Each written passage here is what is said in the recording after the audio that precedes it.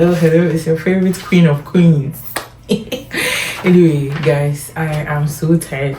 Like, I got home from work not so long ago, and like while I was at work, I was just thinking to myself, so today what am I going to post? Anyway, so I came up with 10 things that I wish I knew before I came to Canada. I mean, I already knew so many things, right? Because of the little exposure I have and some friends I already had here. But there were also a few things that took me by surprise. I just wanted to share it with you because if I don't post today, I don't think I can sleep today. And see, let me explain something. I didn't take time off for Vlogmas, right? I'm trying to squeeze in the little free time that I can get to do this. I'm not complaining. Nobody asked me to do it. I decided to do it myself, so I'm not complaining. I'm enjoying it myself. It's just that the length of the videos is quite unfortunate, but sometimes it will have to be short. I saw my mother in the comment section saying that she likes it, but the videos are too short. It's even going to get shorter, okay? Because it's 25 whole days. I'm going to be posting every single day, and I want to do try as much as I can to film real time and post a video before I sleep. If you've ever edited even a picture before, you should know that editing is not for children. Like, it's a lot of work. Anyway, let's just get right to the views. I will talk some this video. I will not even say anything. So the first thing that I wish I knew was my driver's extract. Nobody should say that they are sick and tired of me talking about my license, because you might even have to change my name to Dorian License. Because so I wish I knew that my extract was going to be very vital, because this is what happened. I just came with my driver's license. I don't even know what I was thinking. I didn't ask any questions or anything. I just came with my driver's extract, my driver's license. And then when I got here and I learned about the Ontario driver's licensing procedures, I had to pay for them to do my extract for me in Ghana and then have it sent over to me here.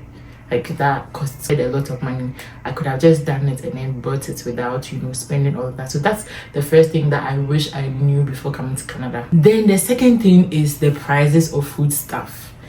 When I was coming in, I don't have family. Okay, I have family in Canada, but the people that I'm extremely close to are in the US, and it looks like food in the US is cheaper than food is here in Canada. Because my mom can tell me that she can buy a whole chicken for $3, but $3 chicken is non-existent in Canada. It doesn't happen. Like, the same amount of chicken that she would buy for maybe $5, I might end up buying it for like $15.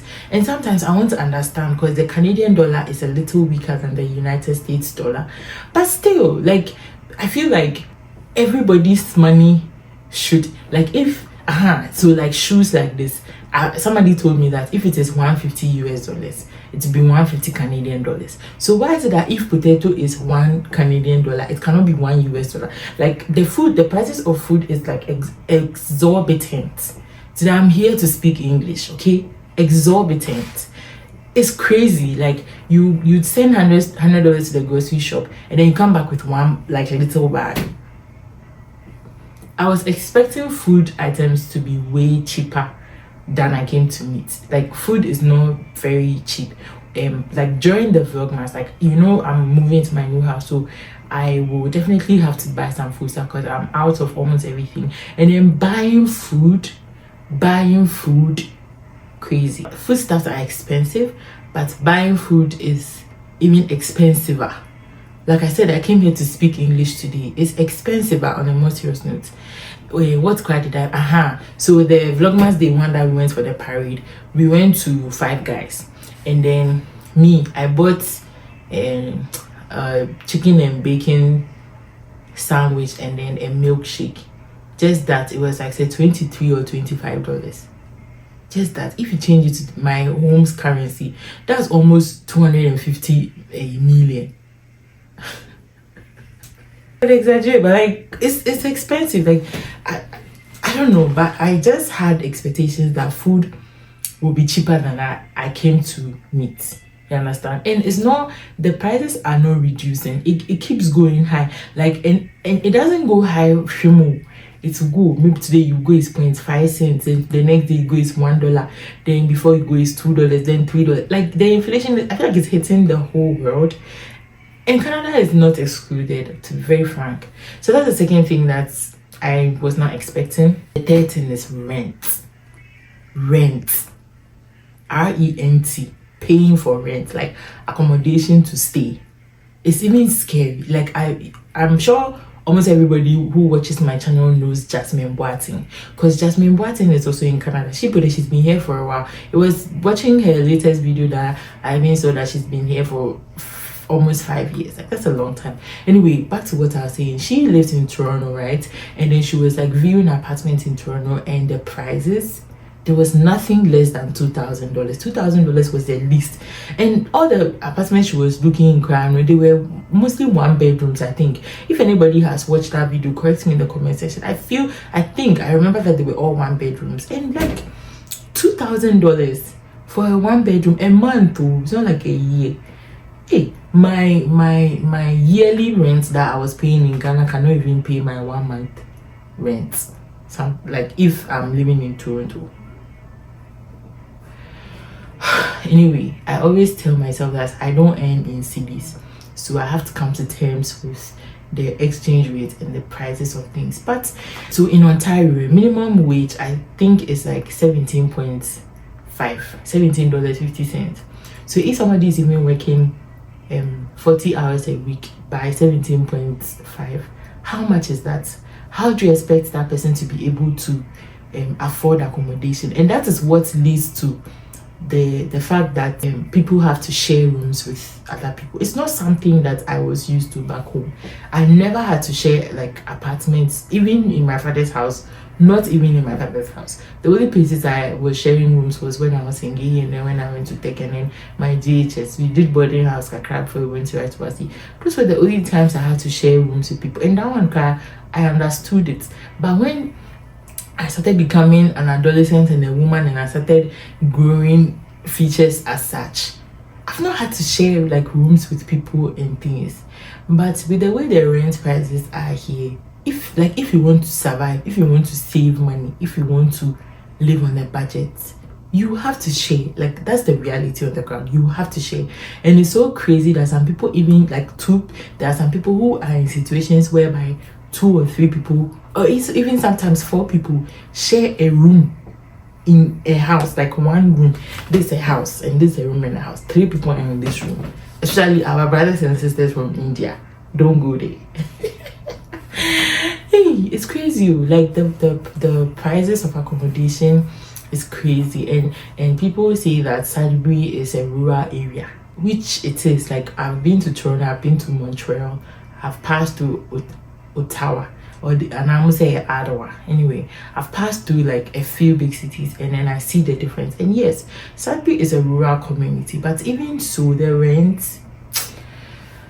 Anyway, but like, that's something that I've had to deal with, sharing rooms and apartments and rooms and bathrooms and kitchen with people. Like, it sucks, but I have to do it. And then on to number 4, depression that finds you.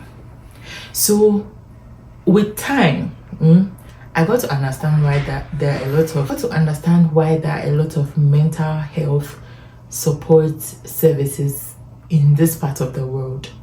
Cause when I came in, sometimes like, I'm not broke, I'm not hungry, I'm not lonely, I'm not sad.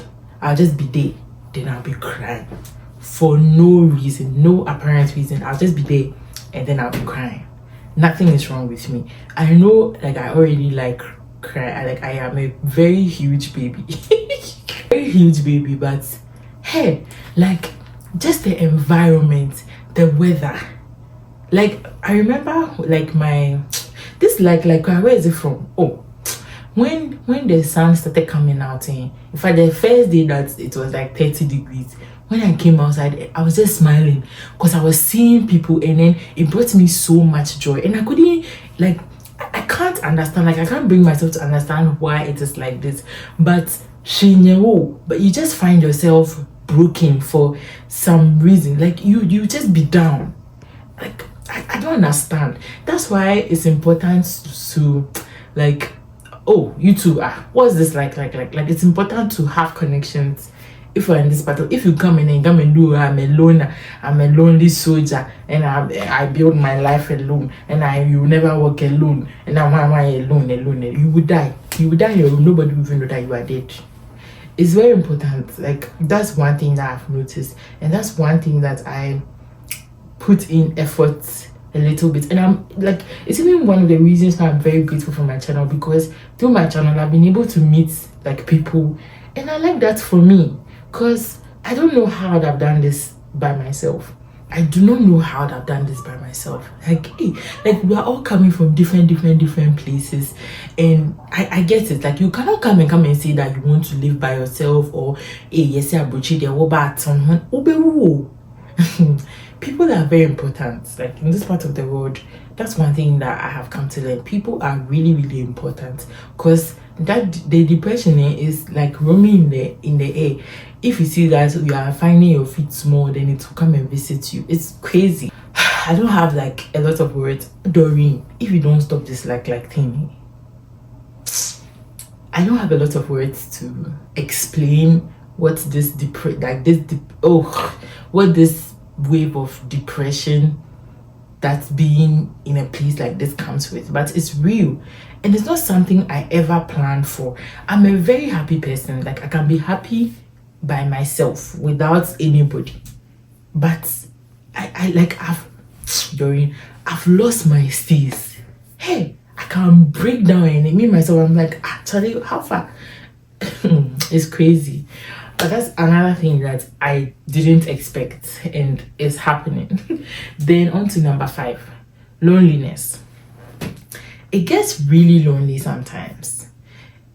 I don't know. I do not know how that happens, but people can be around you, yet you are lonely. I don't know if it's because, okay, for me, when I was back home, I grew up with people, but all of a sudden I've had to come and adapt from nowhere. People I don't know from anywhere.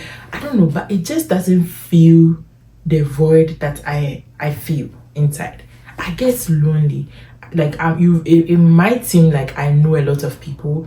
I have this friend who is always telling me that, oh, as for me, dear, I should be fine because I know a lot of people and a lot of people know me and blah blah blah. But Charlie, I get really lonely sometimes. The routine in this country is such that it will suck energy out of you, but some way, somehow, loneliness still makes time for you. It really gets lonely, and then I feel like it is also linked with the depression. So that loneliness probably stirs up the depression, and then they meet halfway, and then they mess you up. Maybe that's how it works. But it really gets lonely here sometimes. So those of you who have friends outside the country, keep in touch with them, okay? Anyway, let's continue. That even brings me to the next thing I didn't expect: friendships or relationships drifting. So imagine all these things that I've spoken about. When I came, just picture this: they hit me. I wasn't expecting them, and they hit me. On top of all of that, time difference. When I came, it was like 4 hours. It's right now that the time difference is like 5 hours. And by the time that I'll be active, my friends back home are going to sleep. Do you understand? And it has caused a lot of drifts between some of my, I won't say all of them, because there are some too that like make effort to listen to me rant and all those things. But it has brought an evident separation between me and some of my friends, and it's not like I'm not making time for them anymore. So this is it. Like right now, almost every single time is cold. Pick like those, yeah, let me just assume that everybody watching this in Ghana or Africa or Nigeria right now, see how when it rains you are so lazy to get up and go to work. Like, if small cold comes, no, then you get it. That's in that situation, a very exaggerated form is what we go through over here. The last time I checked Google, and then I checked like the whole lifetime of the world. What is the lowest temperature that Ghana has ever recorded? And it's 2 degrees. So imagine having to wake up in a weather condition minus 30 degrees, minus 35 degrees.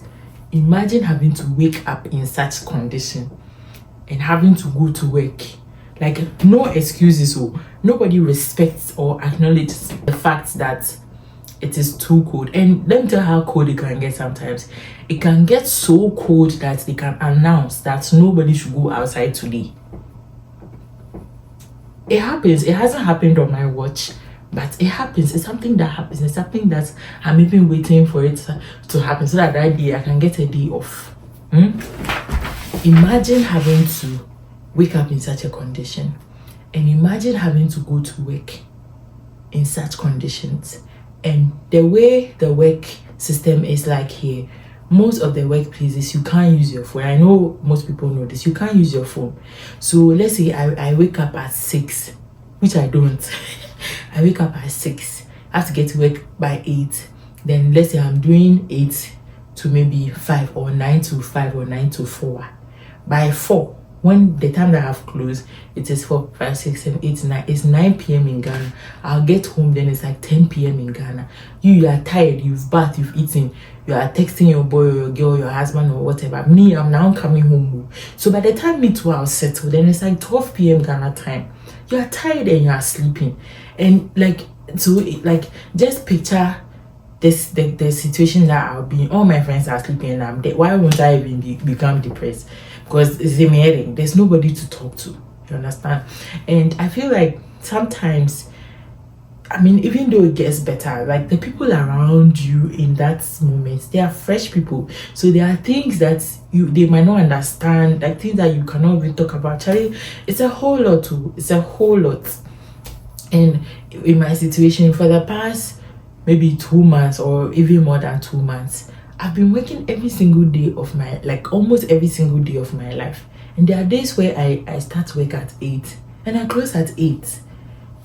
It's very crazy. And for somebody like me, I'm also doing social media. I need to have time to edit videos, and I have a lot of friends, right?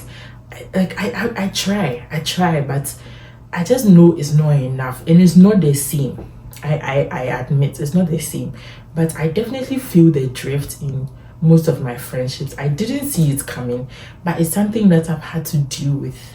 And it's probably going to be like that. And it's life. Like, things change, people grow. I don't know.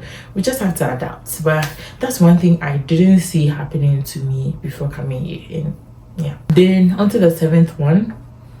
Love abroad is a scam. It's a scam, right? So let me tell you how I think this works, okay? You've come here 2-3 months, you are lonely, it's cold. It's cold, you are lonely, you are depressed, you don't have anybody to talk to. Then you start feeling like you need love, right? Then you go and rush, and then you go into something with somebody. Mind you, that other person is also the name. And it's even funny if both of you are international students, right? This is how I see it. Both of you are wild, right? And you are probably just connecting because of the situation around you.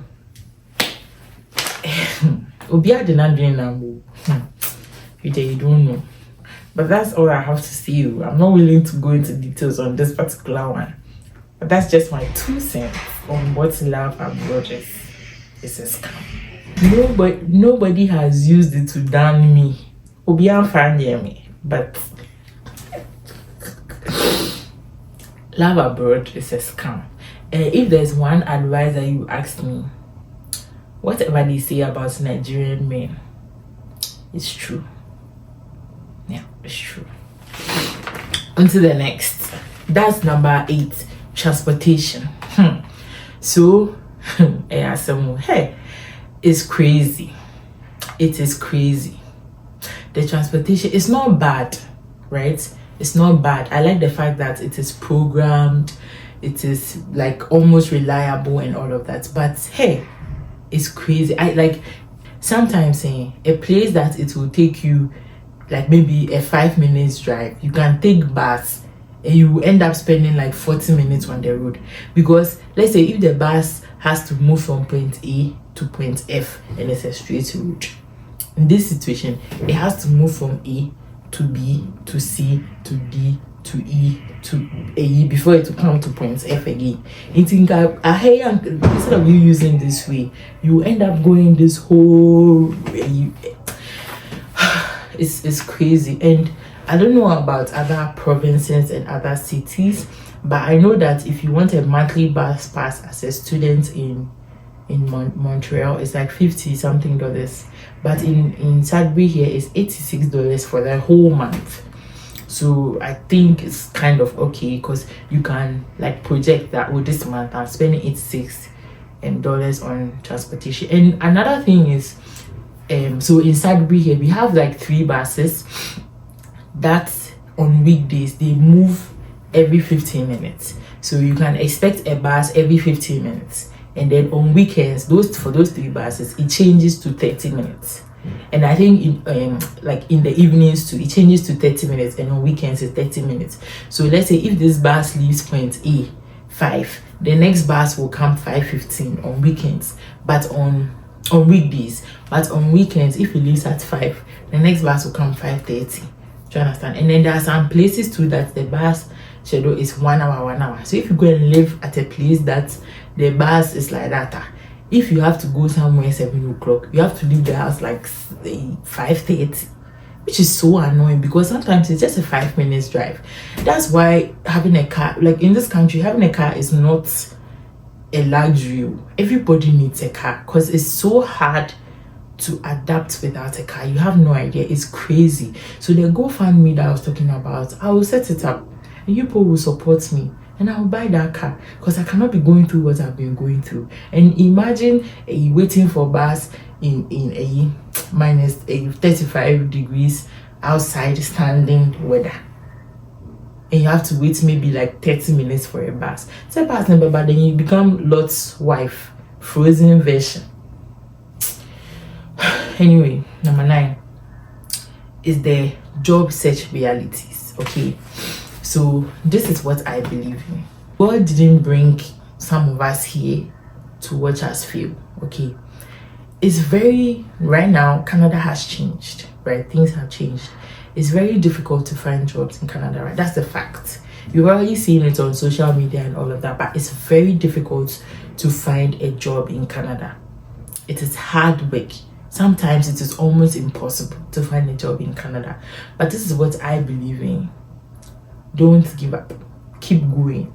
If it will happen, it will happen. And crime be so I'll be fast, so I'll be surviving. Funny enough, everybody survives. Last, the PR, all of us will get it. Do you understand? So that's like just my 2 cents. Don't give up. It will happen. Okay. And another thing in relation with the whole job thing is that honestly speaking, me, when I was growing up, I wasn't one of those people who like thought that, oh, I want to be a lawyer, I want to be an engineer. I didn't know what I wanted to become. Meaning, my father was trying to force me into medicine, but even if I get hurt, the whole world will hear. So how much more you tell me that me I should go and take care of somebody that is sick? All of us will cry in the hospital. Me too, if you do me small thing, then I'm crying. We will stay in the hospital bed and cry. All of us, me and the sick person, you know. So I didn't think that it was something I wanted to do at that time. The chances that your career path will change if you come to Canada is so high. Because I feel like the educational system in Ghana is very different from the educational system here, and the job needs in Ghana or Africa is very different from what it is here. So there's a lot of mismatch, and then a lot of people, most people in Canada are trying to use their educational or study route to become permanent residents, and then you find yourself trying to adjust so that you can, achieve that goal of becoming a permanent resident. And most of the time it has to happen because you have to change your career path. I don't know if the construction I'm done right now makes sense even, but all I'm trying to say is that most of the time you have to change your educational or career path in order to suit the PR situation. Like me, it's literally happening to me, because all the certifications that I have done, gone to school for, and all of that, chances are that it is useless, or I'm not even going to use them ever again in my life in Canada. Here is very hard. It's very disappointing because it's taking a lot of time and a lot of money and a lot of efforts to do whatever I've done. But that's okay. No education that we give ourselves is useless. It might come in handy somewhere else. But the point is that chances that your career path will change is very high. It's something I never saw happening. Or I don't even know what I was thinking. But like, that's the reality that I have to face now. Then, on to the last point. The hand-to-mouth situation. Hey, bills will humble you. Bills. Hey, bills. I feel like if anybody loses their memory in this part of the world, one word that they will never forget is bills. Because you will pay bills. You don't have a job, you are broke, but you will pay bills. Wherever the money will come from, you will pay. Trust me, you will pay the bills. It's crazy. It's crazy. Look at the calculation that I was saying we should do in the beginning. Let's say that you have a minimum wage job and then you work full time, 40 hours a week, and your rent is $2,000. How the hell do you expect to survive? How, like, you just be working to pay rent and feed yourself, and that'll be it. It's exhausting. Like, I don't know, but most people see these places as breakthroughs and all, but actually it's not easy. But like the hand-to-mouth situation, I have a friend I was talking to the last time, and he's been here for like 2 years, and he's like, he's been working his ass off and he still has nothing to show for. And I understand him. I've not been here for so long, but I really understand him, because it's happening to me. It's like the snow or the wind can smell it when people have money, and it will just find a way to rid you of the money. Like, the money comes, but it will go before you even touch it. Just said they've not even paid you for the next month, but the money that is coming next month, it is finished. And especially, I really pity those who have to like pay their fees themselves, especially the men. You know, most of the men, they are on their own. More grease to your elbows, okay? Like, it's I can't understand enough, but at least I have a foretaste of what it is like, right? So that's that. And then, so that's 10 things, right? But there's something that just crossed my mind. The sizes of room in this country is ridiculous. I don't know. It's like they build like matches box, small rooms. And you see in Ghana, like, so a size of a house, right, can be a size of one room in Ghana. Just like they've pieces. Oh, it's crazy. The rooms, most of the rooms in the houses in this country, is just ridiculous. It's funny. It's not. It doesn't even look real sometimes. They sit down in your space now from dining room. Always see chop box, then matches box, then no man kitty base. It's very like ridiculous. Anyway, that's also another thing that I didn't see coming. And then now I have to learn how to live in tiny rooms. Anyway, that'll be it. Okay, guys, I need suggestions. Okay, today is day 5, which means I have 20 whole days of Vlogmas left, and I'm running out of ideas. What do you want us to do? What do you want to see? Tell me. What do you want to see? Make a video request, and if I can do it, I'll do it. Okay, I beg. I need 20 ideas. 20. Anyway, thank you so much for watching this video, and I'll see you on Vlogmas day. This was so day 6. Yeah, Vlogmas day 6. Okay, good night.